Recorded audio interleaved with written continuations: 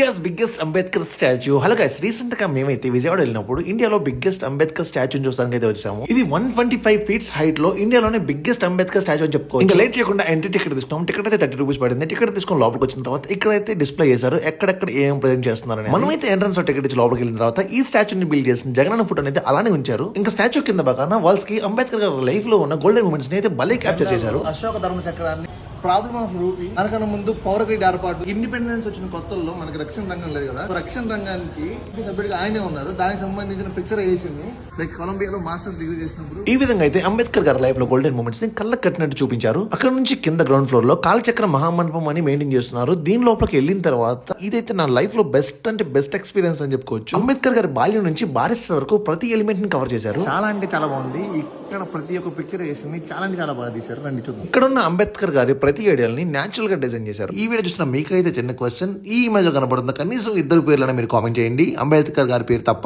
నూటికో కొడుకో ఇలాంటి నాయకులు పుడతారు. వాళ్ళు అంబేద్కర్ గారు అయితే ఫస్ట్ వర్స్ లో ఉంటారు. ఒకటా రెండు అంబేద్కర్ గారు చేసిన అన్ని చెప్పగలం. వీళ్ళు ఇక్కడ పొందుపరిచిన దాంట్లో ఉన్నవన్నీ చాలా అంటే చాలా తక్కువ అని చెప్పొచ్చు. చేసిన మొత్తం కానీ డిజైన్ చేయాలనుకుంటే ఈ 100 ఎకరాల మ్యూజియం కూడా సరిపోదు. జనకుండ నినాదం అందరం ఒకటై గెలవాలి సమాజం.